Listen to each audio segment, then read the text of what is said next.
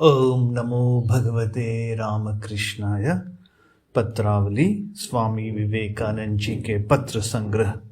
Onward, आगे बढ़ो। केवल इतना ही कहता हूँ कि जो जो मेरा यह पत्र पढ़ेंगे उन सब में मेरा भाव भर जाएगा। विश्वास करो। ऑनवर्ड, आगे बढ़ो। जो जो मेरा यह पत्र पढ़ेंगे उन सब में मेरी शक्ति भर जाएगी। विश्वास करो। ऑनवर्ड, आगे बढ़ो। पत्र संख्या 44, श्रीयुक्त अड़सिंग पेरुमाल को लिखित, शिकागो, 2 नवंबर 1893। जिस दिन सम्मेलन का उद्घाटन होने वाला था उस दिन सुबह हम लोग ऑर्ट पैलेस नामक एक भवन में एकत्रित हुए, जिसमें एक बड़ा और कुछ छोटे छोटे हॉल सम्मेलन के अधिवेशनों के लिए अस्थायी रूप से निर्मित किए गए थे। सभी धर्मों के प्रतिनिधि वहां थे। भारत से ब्राह्म समाज के प्रतिनिधि प्रताप चंद्र मजूमदार महाशय थे। बंबई से नगरकर आए थे। जैन धर्म के प्रतिनिधि वीरचंद गांधी थे और थियोसफी के प्रतिनिधि श्रीमती एनी बेसेंट तथा चक्रवर्ती थे। इन सब में मजूमदार मेरे पुराने मित्र थे और चक्रवर्ती मेरे नाम से परिचित थे। बड़े भारी जुलूस के बाद हम सब लोग मंच पर श्रेणीबद्ध बैठाए गए।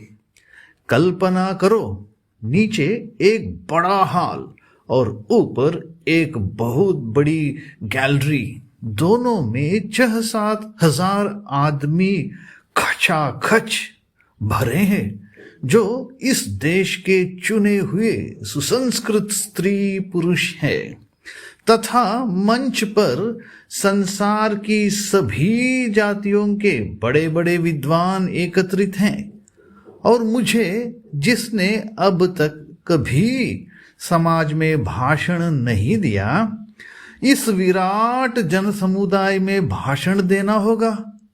उसका उद्घाटन बड़े समारोह से संगीत और भाषणों द्वारा हुआ।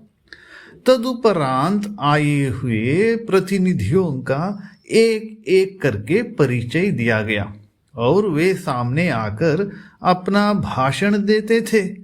निस्संदेह मेरा हृदय धड़क रहा था और जबान सूख रही थी। मैं इतना घबराया हुआ था कि सवेरे बोलने की हिम्मत न हुई। मजूमदार की वक्तृता सुंदर रही, चक्रवर्ती की तो उससे भी सुंदर। दोनों के भाषणों में खूब करतल ध्वनि हुई। वे सब अपने भाषण तैयार करके आए थे। मैं अबोध था और बिना किसी प्रकार की तैयारी के था, किंतु मैं देवी सरस्वती को प्रणाम करके सामने आया और डॉक्टर बैरोज ने मेरा परिचय दिया। मैंने एक छोटा सा भाषण दिया। मैंने इस प्रकार संबोधन किया, अमेरिका निवासी भगिनी तथा भ्रातृगण। इसके बाद ही 2 मिनट तक ऐसी घोर करतल ध्वनि हुई कि कान में उंगली देते न बनी। फिर मैंने आरंभ किया और जब अपना भाषण समाप्त कर बैठा तो भावावेग से मानो मैं अवश हो गया था। दूसरे दिन सब समाचार पत्रों में छपा कि मेरी ही वक्तृता उस दिन सबसे अधिक हृदय स्पर्शी थी। मेरा नाम अमेरिका भर में फैल गया। महान टीकाकार श्रीधर ने ठीक ही कहा है, मूकम करोति वाचालम, अर्थात जिसकी कृपा मूक को भी धारा प्रवाह वक्ता बना देती है, उस प्रभु की जय हो। उस दिन से मैं विख्यात हो गया और जिस दिन मैंने हिंदू धर्म पर अपनी वक्तृता पढ़ी, उस दिन तो हॉल में इतनी अधिक भीड़ थी जितनी पहले कभी न हुई थी। एक समाचार पत्र का कुछ अंश उद्धृत करता हूं।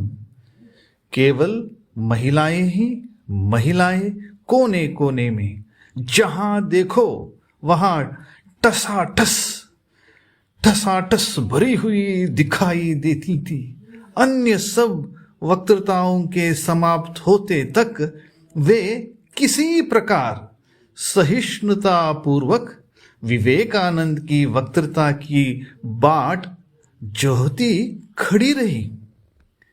तुम्हारे पास यदि मैं समाचार पत्रों की कतरने भेजूं तो तुम आश्चर्यचकित हो जाओगे, परंतु तुम जानते ही हो कि मैं नाम यश से घृणा करता हूं। इतना ही कहना पर्याप्त होगा कि जब कभी मैं मंच पर आया तो करतल ध्वनि से मेरा स्वागत किया गया। सभी पत्रों ने मेरी प्रशंसा के पुल बांध दिए और उनमें जो बड़े ही कट्टर थे उनको भी स्वीकार करना पड़ा कि यह मनुष्य अपनी सुंदर आकृति, माने स्वामी विवेकानंद, अपनी सुंदर आकृति, आकर्षक व्यक्तित्व और आश्चर्यजनक वक्तृत्व के कारण सम्मेलन में सर्वप्रधान व्यक्ति है, इत्यादि इत्यादि। यह मनुष्य अपनी सुंदर आकृति, आकर्षक व्यक्तित्व और आश्चर्यजनक वक्तृत्व के कारण सम्मेलन में सर्वप्रधान व्यक्ति है, इत्यादि इत्यादि। अमेरिका वासियों की दया का क्या कहना। मुझे अब किसी वस्तु का अभाव नहीं, मैं संतुष्ट हूं। मुझे अब कुछ भी अभाव नहीं रहा। शहर के कई अच्छे अच्छे घरों में मेरा प्रवेश हो गया है। मैं सदैव किसी न किसी का अतिथि होकर रहता हूं। जैसी जिज्ञासा इस जाति के लोगों में है वैसी अन्यत्र नहीं। प्रत्येक वस्तु का ज्ञान प्राप्त करना इन्हें सदैव अभीष्ट रहता है और इनकी महिलाएं तो संसार में सबसे अधिक उन्नत हैं। सामान्यतः अमेरिकन पुरुषों की अपेक्षा अमेरिकन महिलाएं बहुत अधिक सुसंस्कृत हैं।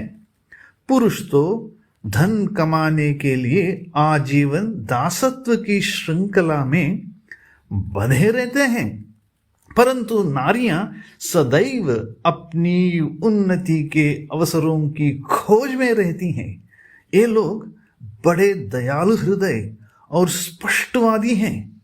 जिन्हें उपदेश देने की आदत पड़ जाती है वे यहाँ आते हैं और मुझे खेद है कि इनमें से भूतेरे अधकचेरे निकलते हैं।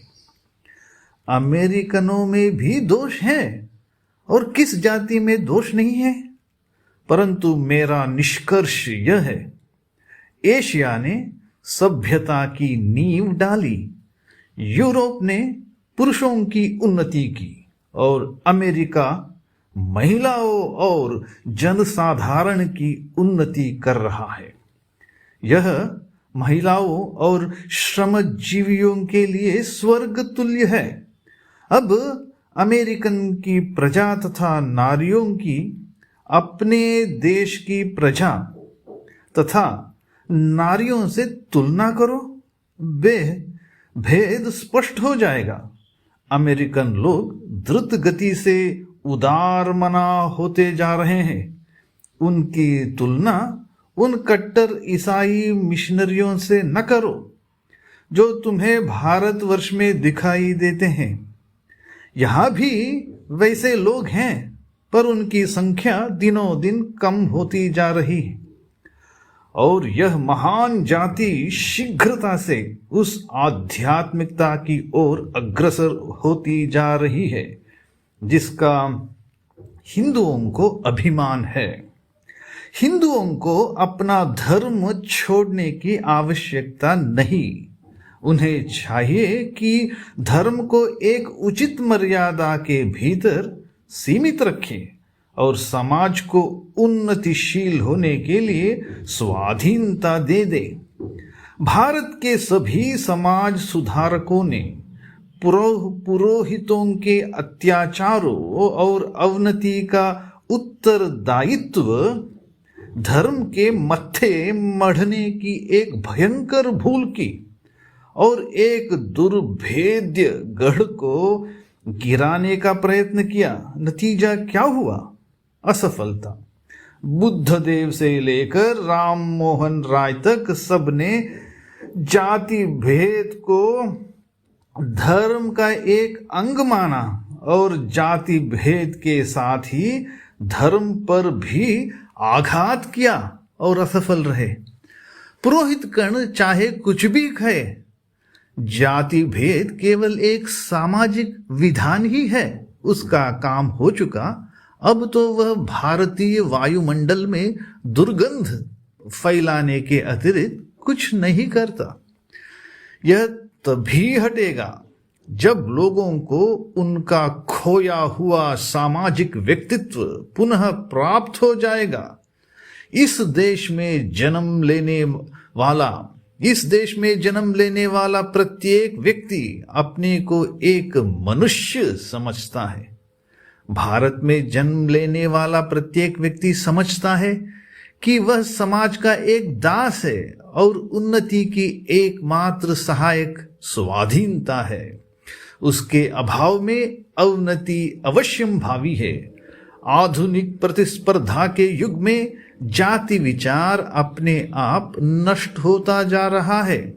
उसका नाश करने के लिए किसी धर्म विज्ञान की आवश्यकता नहीं।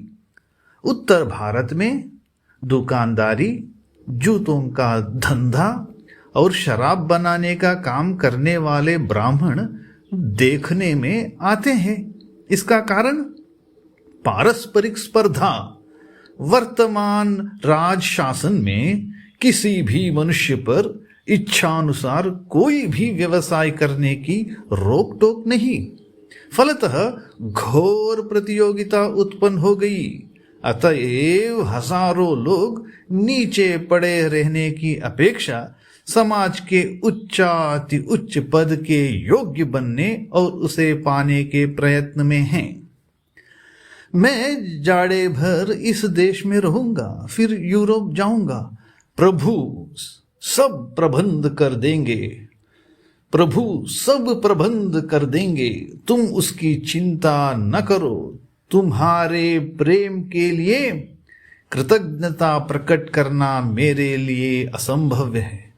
अड़सिंगा, तुम्हारे प्रेम के लिए कृतज्ञता प्रकट करना मेरे लिए असंभव है। प्रतिदिन मुझे ऐसा प्रतीत होता है कि प्रभु मेरे साथ हैं और मैं उनके पीछे पीछे चल रहा हूं। उनकी इच्छा पूर्ण हो। हम लोग संसार के लिए बड़े महत्वपूर्ण कार्य करेंगे और वे सब निस्वार्थ भाव से, नाम अथवा यश के लिए नहीं। क्यों? यह प्रश्न करने का हमें अधिकार नहीं। क्यों?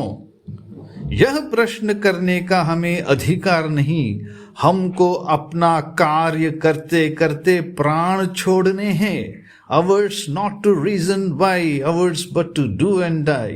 साहसी बनो और इस बात का विश्वास रखो कि हमारे और तुम्हारे द्वारा महान कार्य होने हैं।